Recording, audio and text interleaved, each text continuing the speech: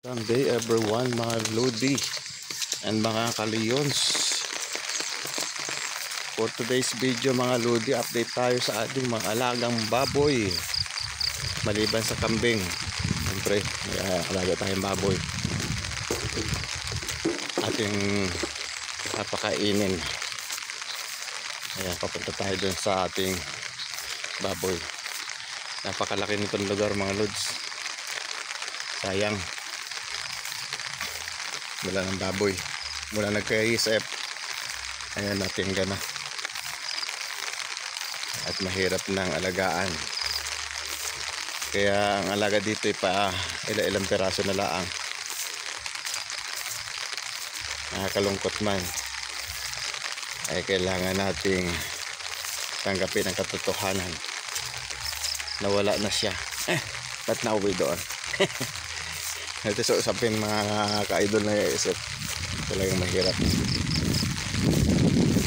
Ito lang ating mga kambing sa ilalim, kaya ang paramihin na lang natin ay ang kambing, hindi na ang baboy.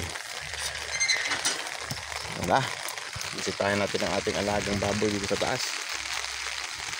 Yeah. Napunta na si Tio makasampa.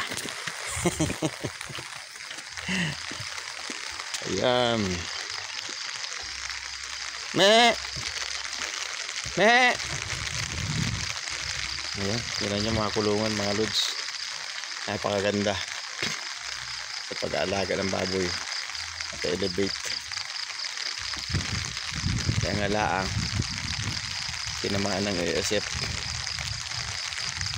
Kaya ayan,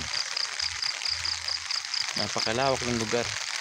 Ayan, 4 hectares mga Lodi, hanggang doon sa dulo. Nakikita nyo doon, lagpas pa sa bahay na yun. Tara sa baboy, bago mahabang ating usapan. Ating bisitahin ng ating alaga na baboy. Siyempre, kaya ng dati, nandito tayo sa footbath. Mag-disinfect tayo ng paa. Ayan, disinfect tayo dito. Ay, may iwasan na tayo. Hindi na ito karamihan mga Lods, dahil nabinta na rin naman yung siyam gan.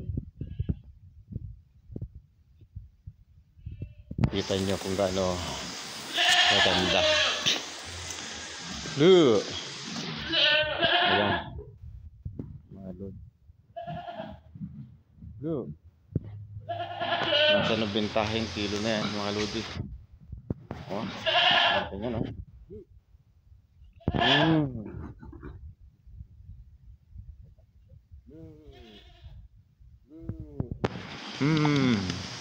Sige. 90 kilos.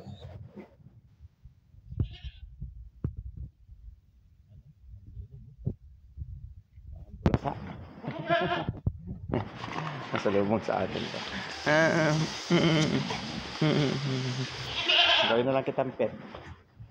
Bilog na bilog. Oh, bilog ng puwet. Ang taba. Ayan. Ito isa. Tulog pa.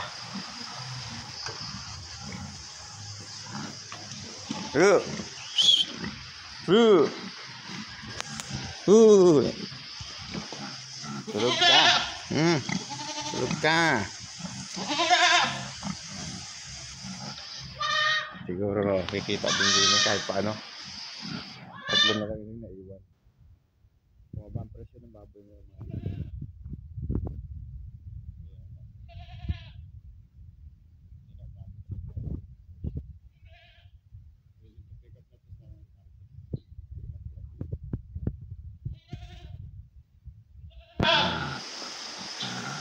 Nambilog kayo, oh. Paganda ng fish niya. Ito pakainan nila. Ayan. So, sa mga subscribe sa ating channel, subscribe to official vlog. Huwag kalimutan pindutin ang subscribe button at notification bell para tutup kayo sa aking mga video. Bye-bye.